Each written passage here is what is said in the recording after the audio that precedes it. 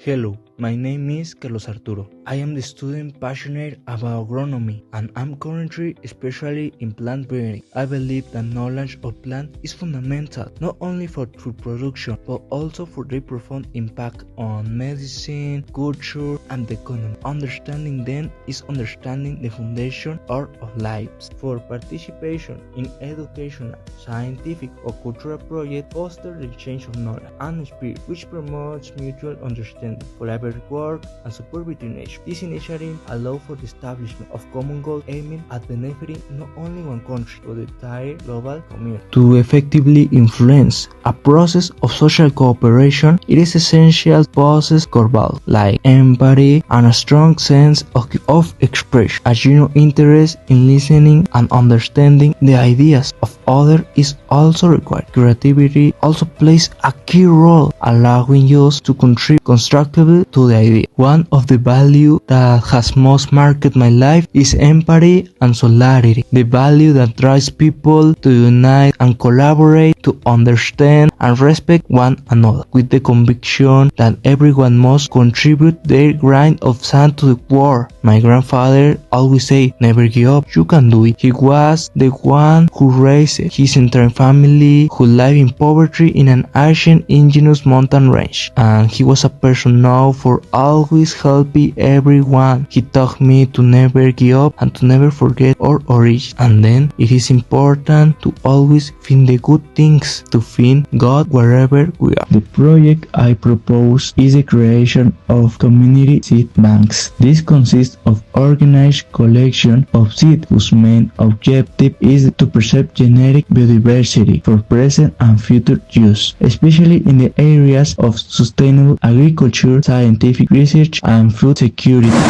This initiative is inspired by the legacy of teacher Jesus Cuevas, may he rest in peace, a teacher at my university who fostered an interest among his students in conserving Mexico's native plant spaces. His vision was to safeguard this important resource so that future generations.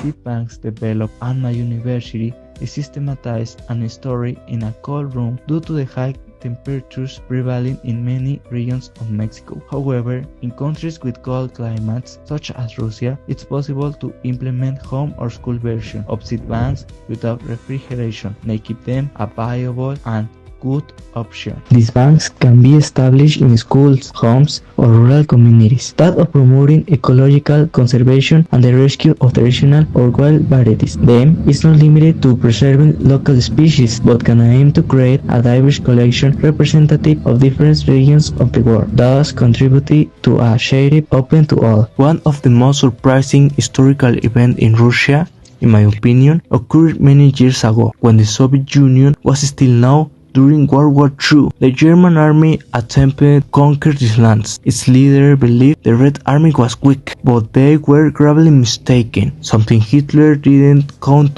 on when attacking the Soviet Union was the enormous storm and frost. This reminds me a lot of a very famous story in my country, Mexico, the Battle of Puebla. In the 1916s, the French army attacks Mexico with the aim of invading and conquering, but a few men who were native to the high mountains and valleys of Puebla wished early to defeat what was the one to the most powerful armies. This demonstrates that when disunity perseverance, the greatest adversity can be defeated, and of course, we should always seek peace, not war, as has way back in Russia. Peace is not merely the absence of war, but the presence of justice.